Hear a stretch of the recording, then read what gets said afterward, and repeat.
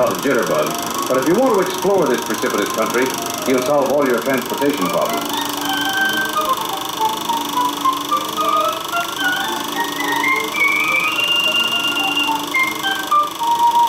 One soon becomes accustomed to the low, fleecy clouds that steal like silent ghosts across one's path.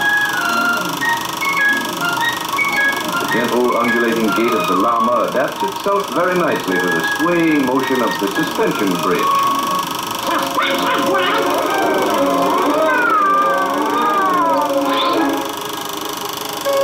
Far below us, we see the village.